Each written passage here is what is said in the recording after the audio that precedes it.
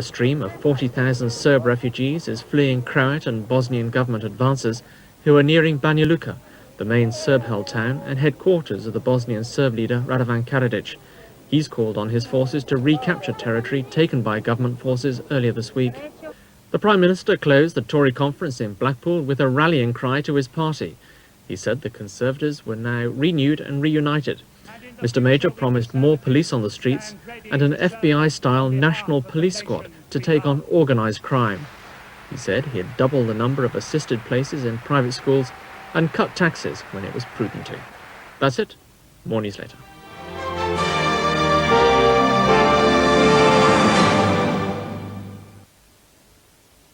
Sunday in Heartbeat, a rogue motorist terrorises the village. That woman's committed at least 6 traffic offences and as many miles. Well, no one's been hurt, Sarge. Well, only one person, slightly. What happens to me? What do I do? Who was the person who was injured anyway? Greengrass. Bet he wasn't happy about that. He was up in mad. Point made, Rowan. Heartbeat, Sunday at 7:30 on ITV.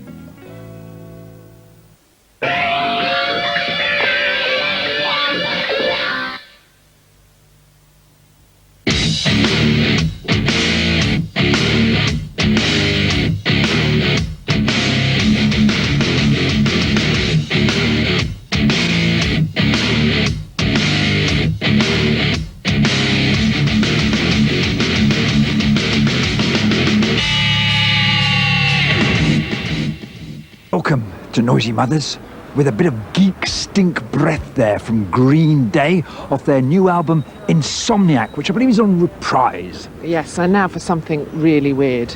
It's Krusher and Primus together talking about their brand new album Tales from the Punch Bowl.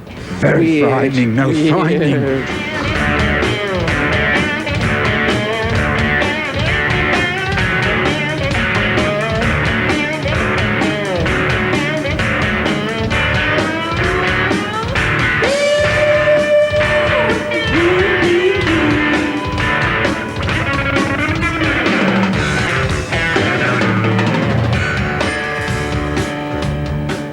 Well, in the process of putting this thing together, we went through several titles and several bits of artwork, hence the CD booklet being so full of different visuals. But we just settled on Tales from the Punch Bowl because it just seemed like a good way to encompass the whole thing. There wasn't any general running theme. There was a lot of different stories, and it just, you know, Punch Bowl seemed like a festive visual. Yeah, there you go. Conceptualized all our videos and worked very closely with Mr. Mark Gore, who's now become a big famous director himself. But yeah, this one was our baby. Larry and I did all the animation for it. More computers. More computers. More pain. I mean, you chaps are really sort of very much in control of the whole Primus output. We are in control. Which, I mean, is a good thing. I mean, a lot of bands, I think, suffer from lack of control. Yeah, some people don't like to do all that stuff. But you do. And they're probably wise. Yeah, they have free time.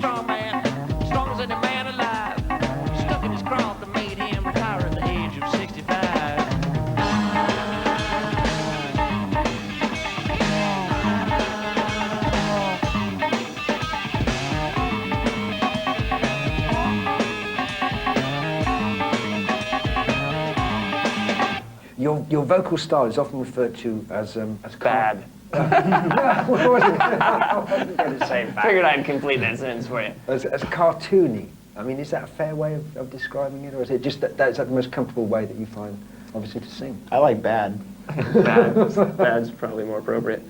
You know, I'm not a great vocalist as far as the way vocals. I went and saw, I don't know how you pronounce it, Les Miserables or whatever, last night, and everybody's all, whoa, whoa, whoa, you know, and that's not me. I could never do anything like that. A unique vocalist. I'm more of a narrator. I'm the narrator of the band.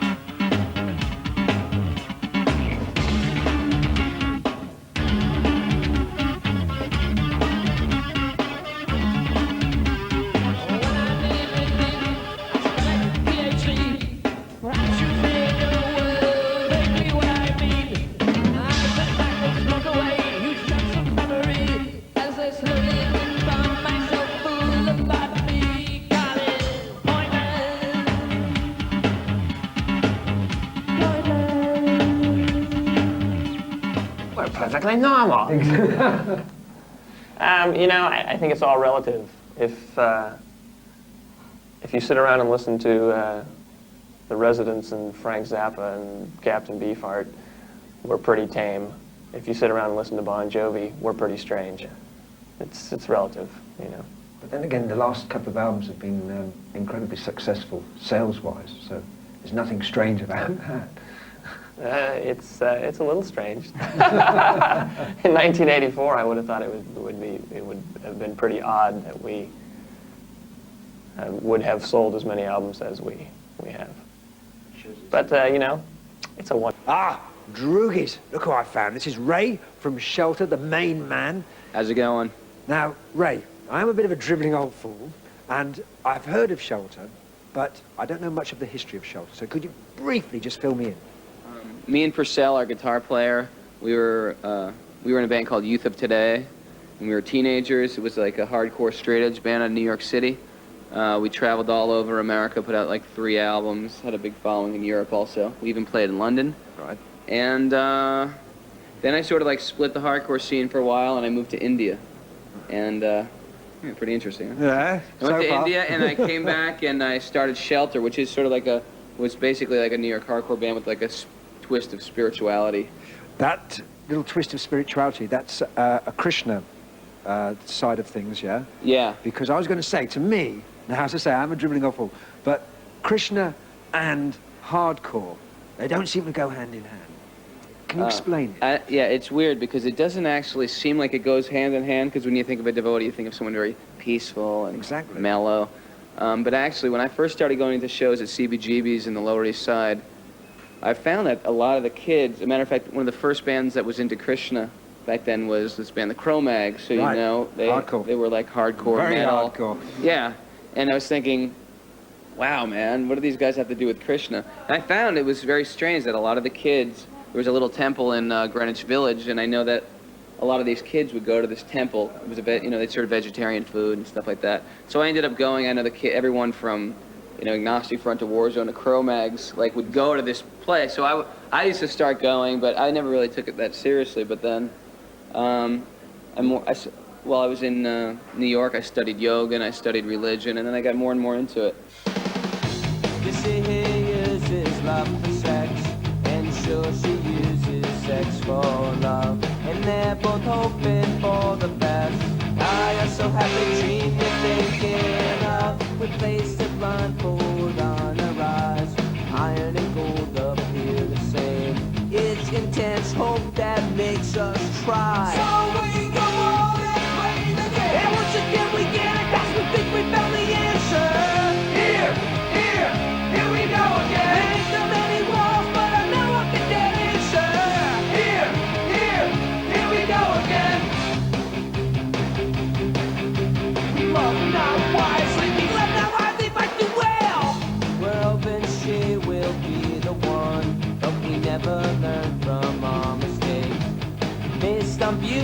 love soon dies, and we make our move to separate. Yes, iron and gold appear the same, but one is costly to obtain, and I'll be the only one to blame.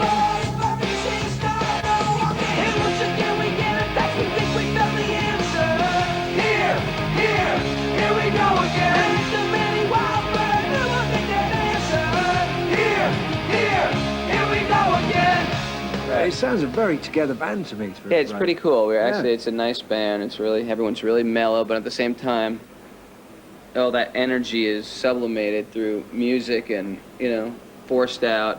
I think that lyrics have to be part of music. They should be never divorced, you know. You should have thoughtful lyrics and you should have powerful music. And if you can combine the two, then it has the most tremendous effect on the audience. Well, you've combined the two on your next album, which I believe is called Mantra. I appreciate it. Which is coming I really out like it. very soon on Roadrunner, I believe. Yes. If you've never heard Shelter, check out the new album. I really worked hard on it, and it's my favorite thing I've ever done so far. Excellent. We love not wisely, but too well. We love not wisely, but too well.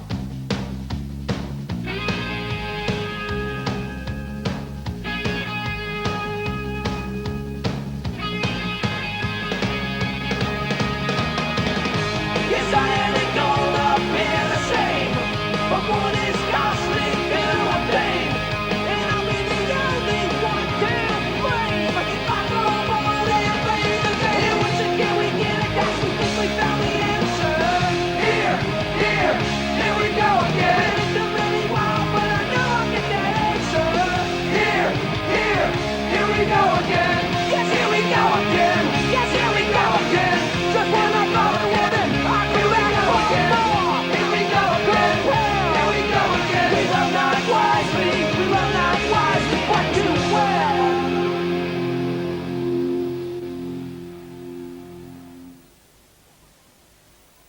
Energy-saving light bulbs. What's the point? I put this ordinary bulb in weeks ago and... An energy-saving light bulb could cut your lighting bill by £10 a year. Suffice to say, I should be welcoming him to the West. Sort that out, please. I'll use Barclaycard. I said fix the lavatory, boff, not book tickets for the opera. No, sir. Barclaycard Assist. They'll send an approved plumber round. Oh, yes. A week next Tuesday.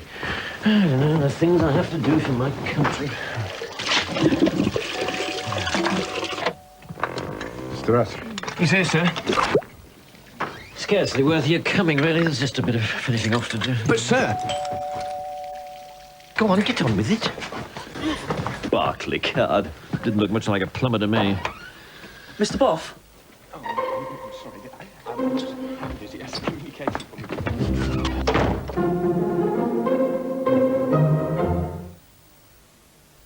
Nestle Cheerios. Multi-grain nutrition. Never. Tasted so good. Nestle Cheerios, the goodness of corn, oats, rice and wheat in deliciously light crispy O's. When you try them, you'll say... Multi-grain. Nutrition. Never tasted. So good. Told you. Or if you don't agree, we'll give you your money back. Wake up, Commander. Wake up, Commander. What? Time for bed. Don't forget, clean your teeth and wash behind your ears. Try this. New McLean's Whitening. The advanced formulation helps fight plaque and used daily gently restores whiteness too. Look. You're a computer. Oh, never heard of computer dating? Don't wake up. New McLean's Whitening for a brighter, whiter future. The first ever powerful yet skin-friendly antiperspirant from Vaseline contains Proderma, a blend of emollients for all-day comfort and freshness. If your ladder's not on a firm surface, stake it to the ground and put a wooden board underneath. Look out for this guide to ladder safety.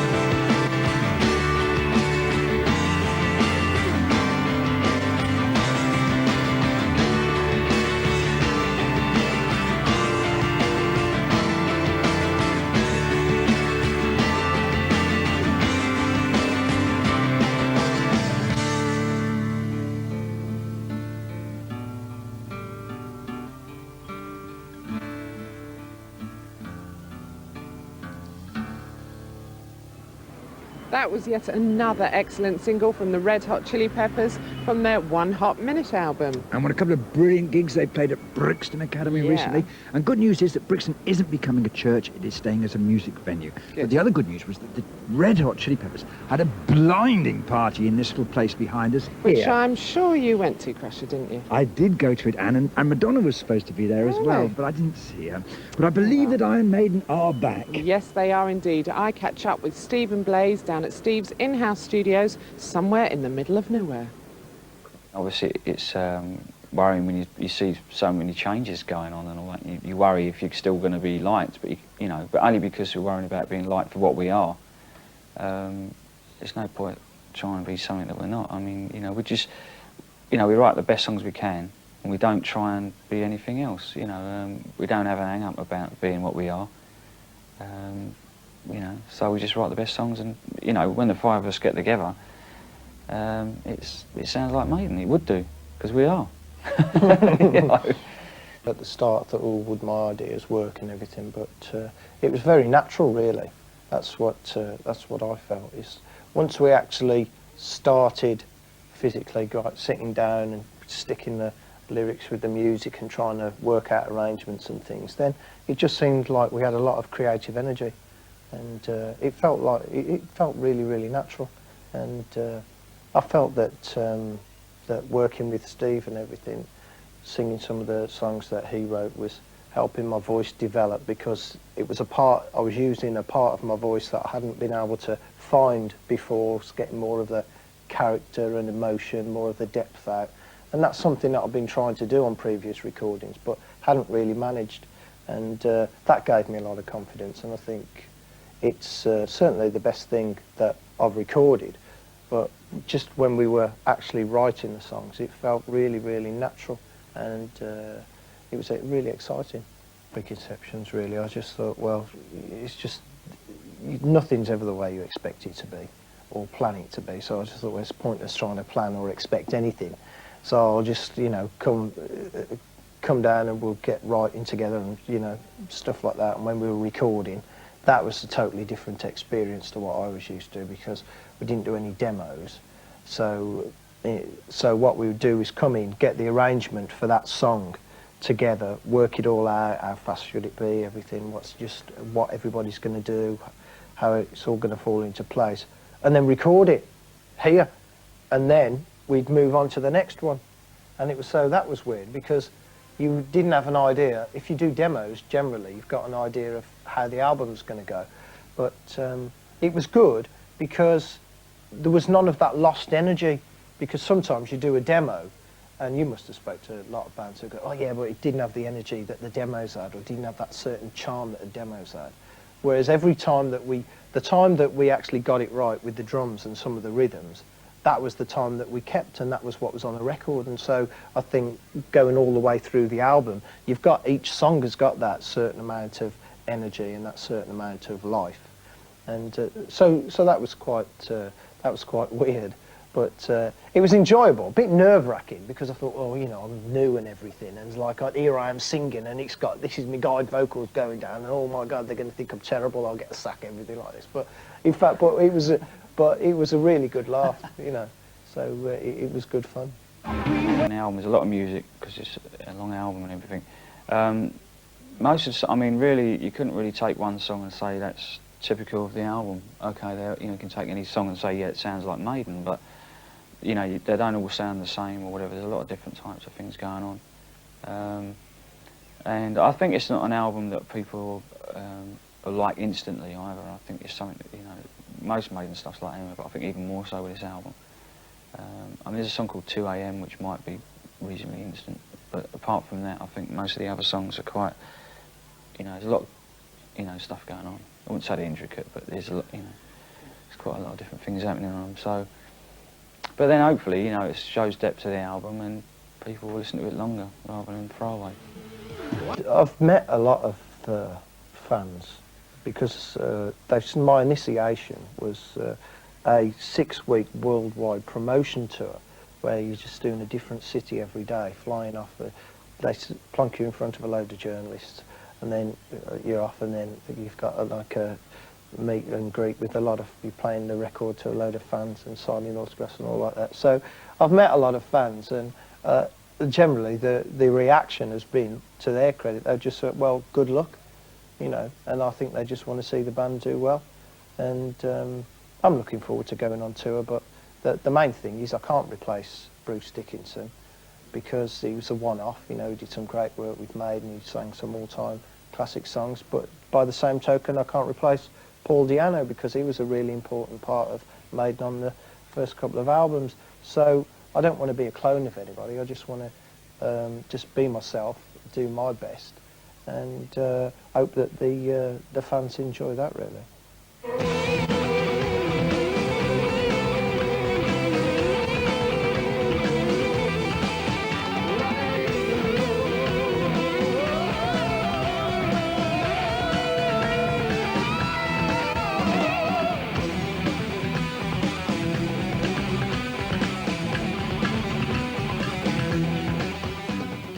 For the tour and stuff, have you sort of been sitting down and learning all the words, or are you going to do... Oh yeah, hell.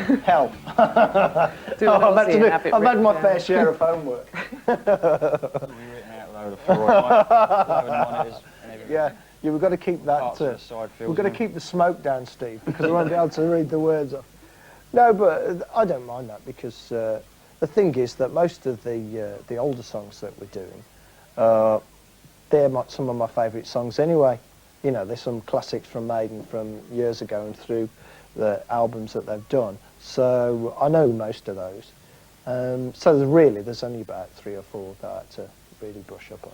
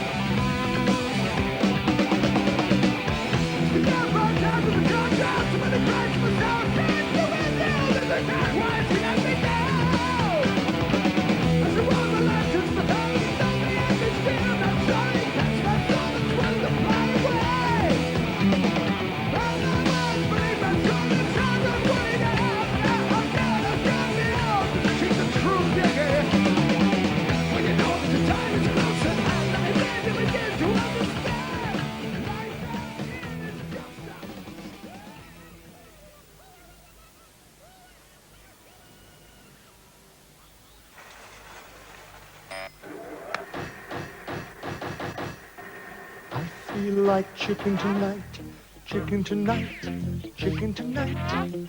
I feel like chicken tonight, chicken tonight, chicken tonight. I feel like chicken tonight, chicken tonight. Oh, I could murder that tasty new chicken tikka. Oh yes, I feel like chicken tonight, chicken tonight. No need to think, to want, to love. We are everything you need. Don't turn your back on us. Bad boys! Bad boys! Bad boys! Bad... Citizen! 1984. Is it the past or the future? Now Time Life Music brings you 24 great tracks from a classic year on 2 CDs or cassettes. You can't buy them in the shops. They're only available by calling this number. But be careful. You don't know who might be listening.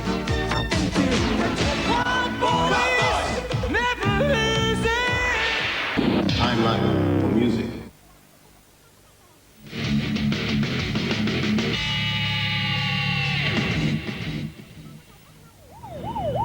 For the Cosmos, hope you're having one out there. You know we're having one in here. And I hope you enjoyed Jimi Hendrix there. In fact, Crosstown Traffic, superb track. This man sat next to me. He's so important. It's not true, actually.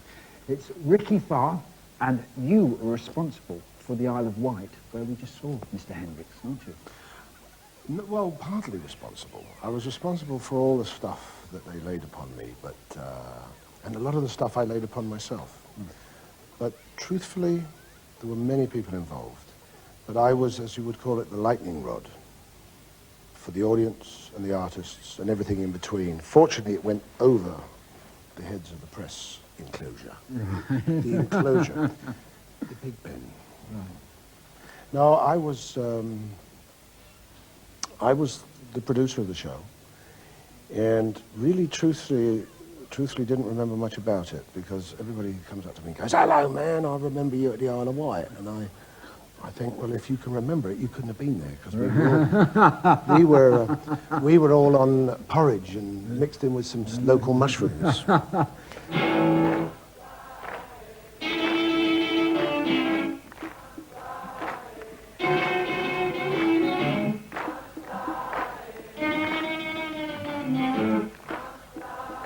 It must have been quite an experience, I mean, doing something like the Isle of Wight. I mean, if it wasn't for the Isle of Wight, stuff like that, I mean, we wouldn't have things like Donington and the Reading festivals of today, would we? I don't think... I think you would have had festivals. I think you would have had gatherings. I think the Isle of Wight, and I don't want to be maudlin and serious, and I don't also want to kill all your wild and late-night viewers with saccharine, but I think what happened at the Isle of Wight was where a culture, or youth culture, changed itself. And I've said this a couple of times, but I think rock and roll, in a sense, lost its virginity. Gimme, gimme, gimme, gimme, gimme, gimme. Want it, want it, want it. Bread, man, bread. Pay, pay, pay. They don't want these cats to have fun, man. Joke. They want the pockets empty. Right, empty your pockets, man, and get down there and give them the bread. That's why you're here. I was having lunch today, and I was sitting there, and there was this background music, and I heard this bloody drum machine go through 5 songs in 4/4 time dance time, with a lyric of, you know, that was a lyric that was so banal, and yet, you know, all of a sudden you can on the same radio station hear, you know, "Hope I die before I get old," and you can hear that chord structure, or you can hear "All Right Now" by The Free, or, you know, you listen to Jim sing "This Is the End," and these are the things that are in that film. So it's not dated. Maybe we looked a little silly with the way we were trying to dress. But you know what? No. Look at me now. Oh, you could have been there, dear.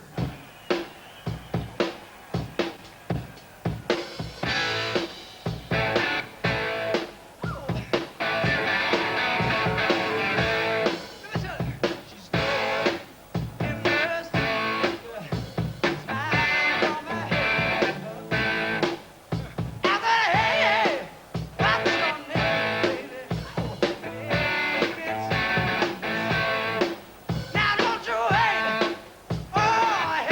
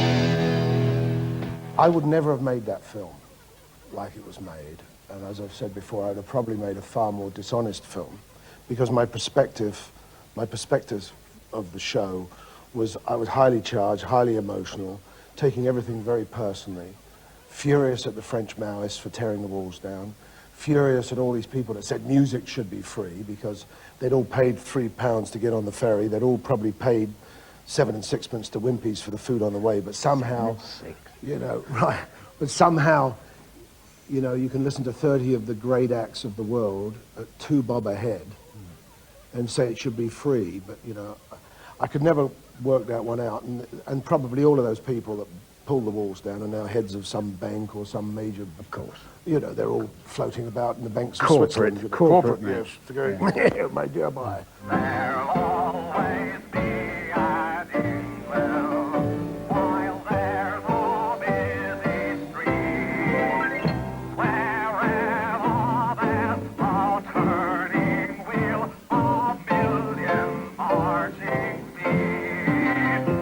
Till next week, rock hard, rock heavy, rock animal, and here's a few clips from the Isle of Wight 25 years ago.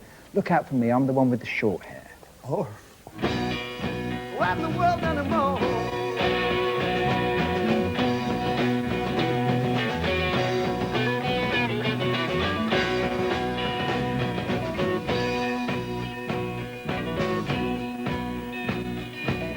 Yeah, I'm not looking them up. And a paper cup. Take away that gin.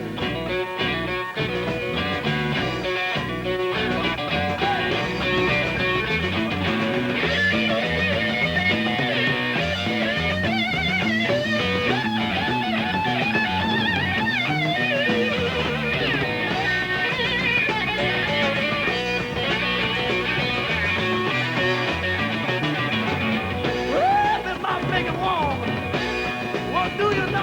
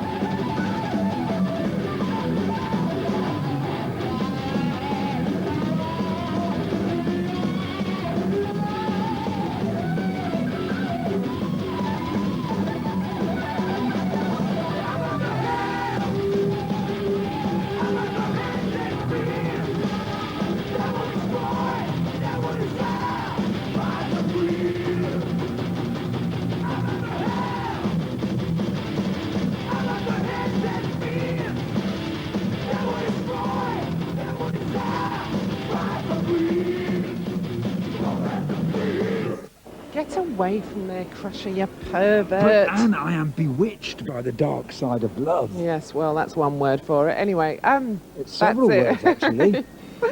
That's about it for this week. Next week, we've got an interview with Geezer Butler from GZR and the brand new Sponge single. Excellent. But we round off this evening with a delectable dose of death metal from those Morbid Angel-type chaps, recorded live at the LA2, I believe. Yes, how sweet. So till next week, rock hard, rock heavy, rock in a Morbid-type fashion. It's very weird round here, isn't it? It's quite creepy, really. I feel a rocket going off in my pants, actually.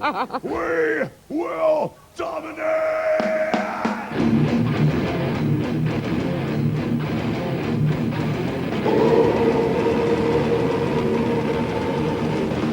We decide no place for those our son of living on. Our Lord will tolerate. Will attrition fall. Dominate. We're liable through our pain. We'll be so elite, hunting for our daily bread. With the sinister moods inside, our little always trying to face, and the women of pride. Dominate. We will dominate.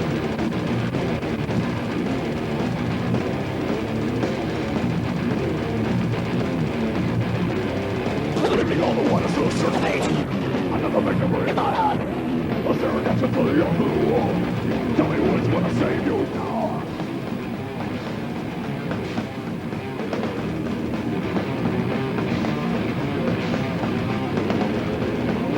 Senses ever merged. Praise me to the follower. I'm serving myself. And the Maiden anticipation. Thinking you can never know. All the power of the Lord extols. With the vow and the kiss profane. Be a victor or be a victim.